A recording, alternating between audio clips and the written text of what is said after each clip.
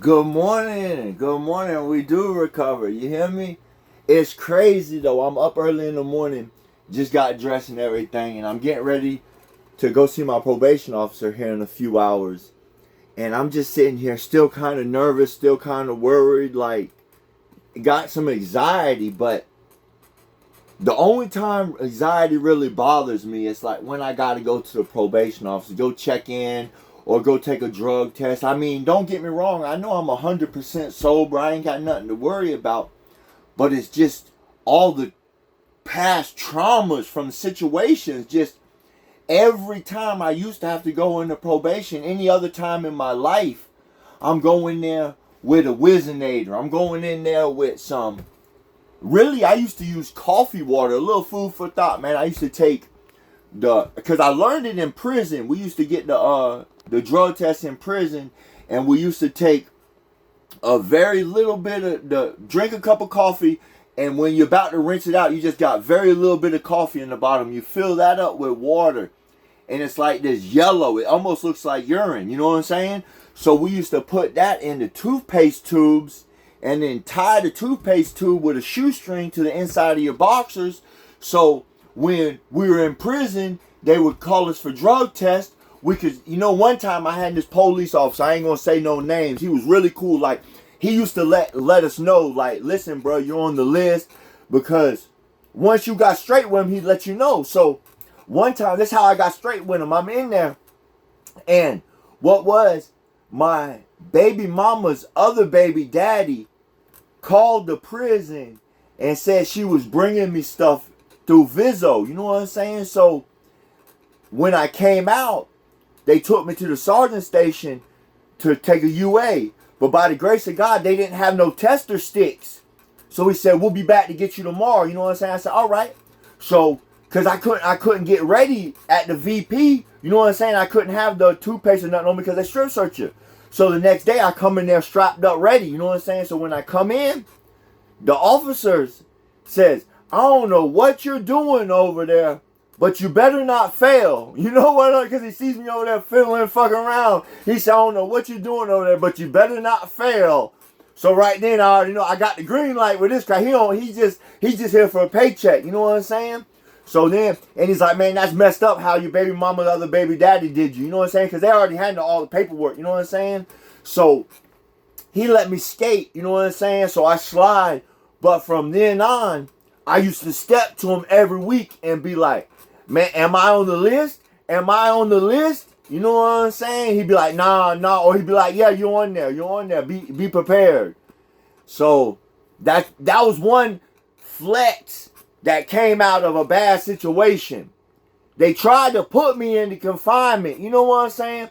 But really, I gotta get out of jail free card. You know what I'm saying? Because the police thought it was dirty how somebody in the free world were going to put the police on somebody that's already in prison. You know what I mean? He's like, man, that's green as fuck. Yeah, I'm like, yeah. So I'm playing that in my behalf. Dude's straight though. You know what I'm saying? I got to give it to him. Dude was straight. Because I had a lot of COs over the time of me being incarcerated. They'd be like, oh, because we stepped to them. We'd be like, man, listen. If you caught us tattooing, you know what I'm saying? Would you put us in confinement? You know what I'm saying? What would you do? Well, just stay away from over there in that corner. You know what I'm saying? Or blase squad.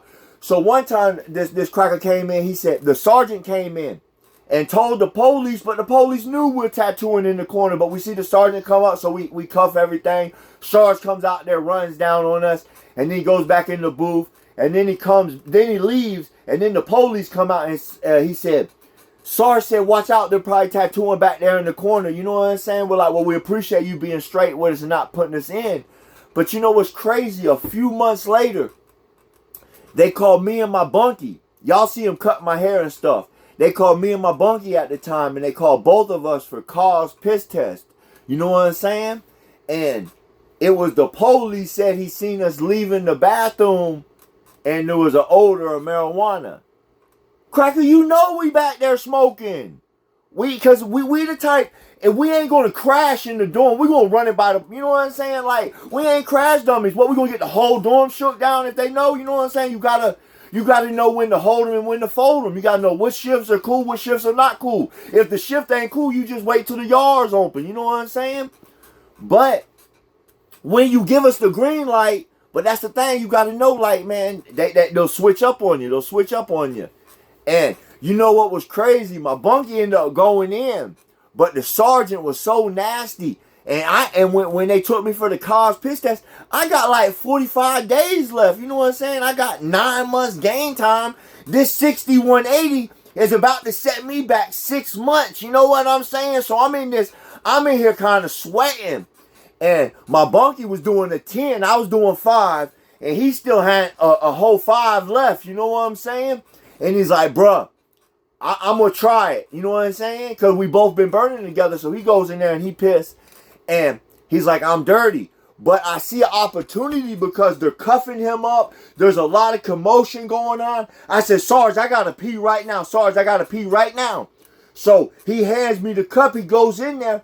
But he turns around for a second to mess with the cuffs on my bunkie. You know what I'm saying? To finish cuffing them up and stuff. So when he turned around, I hurried up and dunked in the toilet. Splat! And there's already been a couple people peed in the toilet a little bit. So I'm kind of worried because my bunkie did just finish pissing in the toilet. But I don't think there's enough piss in the toilet to make it dirty. So it's light. You feel me? So it's light. And the other officer that kind of put the police on me said, why is it so light? Why is it so light?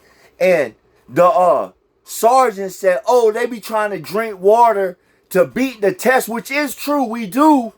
But I'm thinking, I said, I'm thinking to myself, that's cold toilet water. I'm glad you're not looking at the little temperature gauge on the side, because that shit ain't nowhere near the right temperature. But I'm trying, because I ain't got no other choice. I'm going to confinement. If I put it, you know what I'm saying? So, bro, listen, and it works. It goes through, I pass, and when I go back, I didn't even know my bunkie had a couple sacks, and it looks like little pieces of trash. You know what I'm saying? Anybody ever knows what a sack from the chain gang look like? Little sack, little sticks. So it looked like trash, and my dog threw it in the trash cup. So when I walk up, I see 3 or 4 sacks laying on the ground because they dumped the trash cup out. And I see other trash around it, but they're not peeping the lick. So I shoot to the mop closet and get the broom in the dustpan. And I come back over there with the police all around. I'm like, y'all snitches, get away from my bunk. And I start cleaning up. You know what I'm saying? And I shoot to the back, to the laundry or the mop closet. And I cuff the sacks in my sock and throw the trash away and come back. And my dog's like, he's shaking his head like, all right, you got that. So when they ain't made it good out the dorm, I done made it back to the back. So I need to smoke one. This shit done blew me. You know, early in the morning, I ain't got to smoke yet. So I go back there and we keep little one-hitters back there behind the toilet. Like we wrap toilet paper around them and stuff them on the toilet bowls. You know what I'm saying? So when they come through with the mirror don't pick that shit up because the white on the white. You know what I'm saying? So I go back there and I pack a couple swats. I blow it out the exhaust fan. And when I get up and I walk by, one of the other people shoot in. One of the inmates. He said, man, bro, you tripping. Them crackers are standing out there by the vent, bro. They all just smelt that. And, you know, I just went through all that. I'm like, man, fuck it. I'm all in. So I shoot out there to the rec yard, and I see them all out there by the thing. I go out there and shoot some basketball with my homeboy's dad. Because one of my best friends' daddy was at the camp with me. And it was wild, though. You know what I'm saying? Like, it was just one of them days. It just kind of blew me. But you just got to pay attention, man. You got to always keep your head on the swivel and see an opportunity. And you got to know when to hold them and when to fold them. The biggest problem is we'll get away with something. And we'll feel like, oh, we got him. But the biggest thing is these people get paid around the clock to figure shit out. You know what I'm saying? So as soon as they get on your trail, that shit's over with. And the only way to keep them off your trail is to don't do nothing to leave a trail. Don't do nothing at all. Be positive. Do righteous. Like, that's the biggest thing. Since I got sober, the doors have not stopped opening. The positive doors. And all the negative doors have closed. It's like, it's people, places, and things. And I know it sounds simple. Our parents taught us about this when we were kids. People, places, and things. You know, like my dad used to always tell me, he'd say, Show me your friends and I'll tell you who you are. You know what I mean? Like birds of a feather flock together. You hang out with losers, you're probably a loser. You hang out with successful people, you're probably going to be successful. Man, that's crazy how that works. You know what I mean?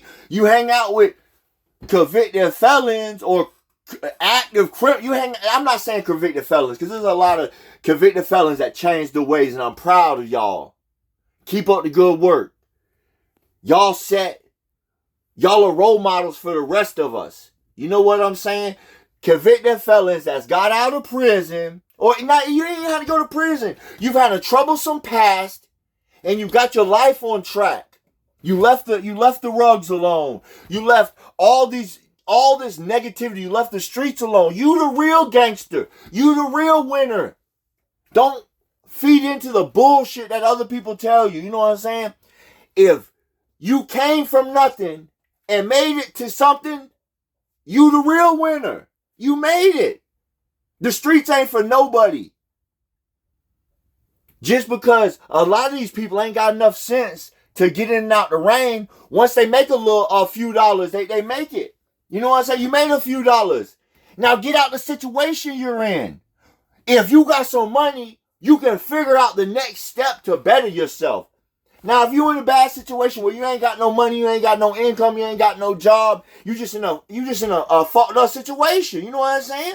You can still better yourself too by going to rehab, going to a halfway house, getting out the situation you're in. You know what I'm saying? I don't care if you don't even need a rehab.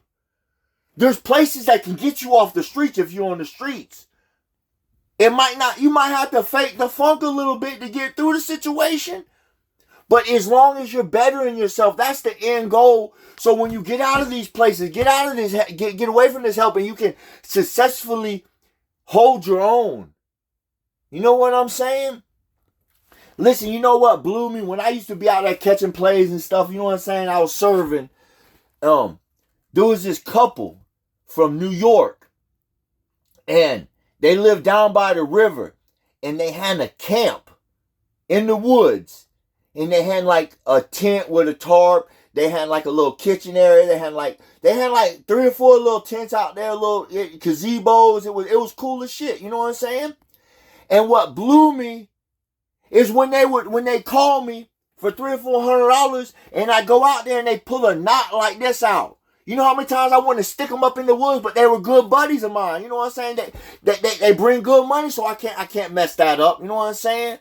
But it used to blow me, and they said, man, we love it down here in Florida, he said, because where we're from, you'd freeze to death. You know what I'm saying?